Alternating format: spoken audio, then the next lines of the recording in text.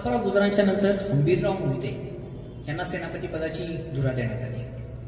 हंबीरराव मोहिते हे महाराणी ताराबाईंचे वडील होते आणि शिवाजी महाराजांच्या पत्नी सोयराबाई यांचे भाऊ होते। शिवाजी महाराजांचा राज्याभिषेक झाल्यानंतर शिवाजी महाराजांनी दक्षिण दिग्विजयाची मोहीम हाती घेतली होती। आपलं मराठा साम्राज्य आताच्या भौगोलिक परिस्थितीनुसार सांगायला गेलं तर कोल्हापूर, बेळगाव या आताची जी राज्य आहेत तितक्या पूर्वीपर्यंत मराठा साम्राज्य सीमित होतं।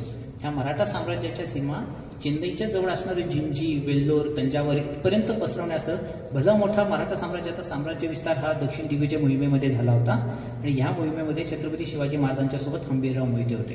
हंबीरराव मोहितेंनी या दक्षिण दिग्विजयच्या या मोहिमेमध्ये प्रचंड मोठा असा पराक्रम गाजवला होता आणि हंबीरराव मोहितेंचं सगळ्यात महत्त्वाचं कॉन्ट्रीब्युशन आपल्या मराठा साम्राज्यामध्ये म्हणता येईल की जेव्हा शिवाजी महाराजांचं निधन झालं आणि शिवाजी महाराजांचं निधन झाल्यानंतर पुढील छत्रपती म्हणून कुणाला विराजमान करावं याच्याबद्दल एक काहीशी दुही निर्माण झाली होती। काही प्रशासकीय अधिकारी यांचं म्हणणं होतं की राजाराम महाराजांना पुढील छत्रपती बनवावं। मात्र हंबीरराव मोहिते हे मात्र ह्या बाबतीत खऱ्या अर्थाने सजग व्यक्ती होते। हंबीरराव मोहिते हे अतिशय धीरोदात्तपणे संभाजी महाराजांच्या पाठीशी उभे राहिले। तसं बघायला गेलं तर सोयराबाईंचे पुत्र राजाराम महाराज, सोयराबाईंचे सख्खे भाऊ हंबीरराव मोहिते, म्हणजे राजाराम महाराज आणि हंबीरराव मोहिते हे खऱ्या अर्थाने सख्खे मामाभाचे आणि संभाजी महाराज आणि हंबीरराव मोहिते तसं पाहिजे तर सावत्र मामाभाचे। मात्र आपल्या सख्ख्या भाच्याला पाठिंबा न देत संभाजी राजांना पाठिंबा दिला होता हंबीरराव मोहितेंनी, कारण भविष्यामधल्या संभाव्य धोक्याची यांना जाणीव होती। औरंगजेब जर का उलट्या दख्खनमध्ये उचलला तर औरंगजेबाच्या समोर दोन हात करण्यासाठी औरंगजेबाच्या त्या प्रचंड सेनेचा सामना करण्याची ताकद कोणामध्ये आहे की संभाजी महाराजांमध्ये।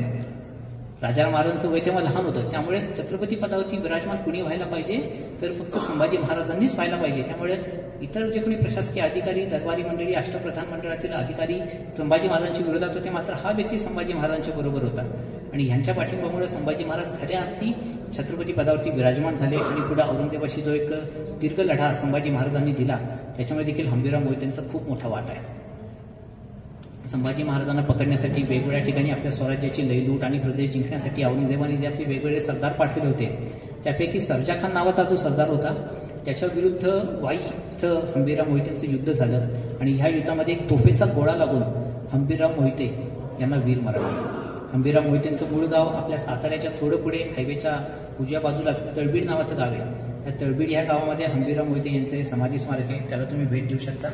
शिवाय ह्या तळबीड गावाच्या मागे वसंतगड नावाचा किल्ला आहे, अतिशय सोपा किल्ला आहे, सोपी चढणे आणि त्या किल्ल्याला देखील तुम्ही या समाधी स्मारकाच्या सोबत त्या वसंतगड किल्ल्याला देखील तुम्ही भेट देऊ शकता।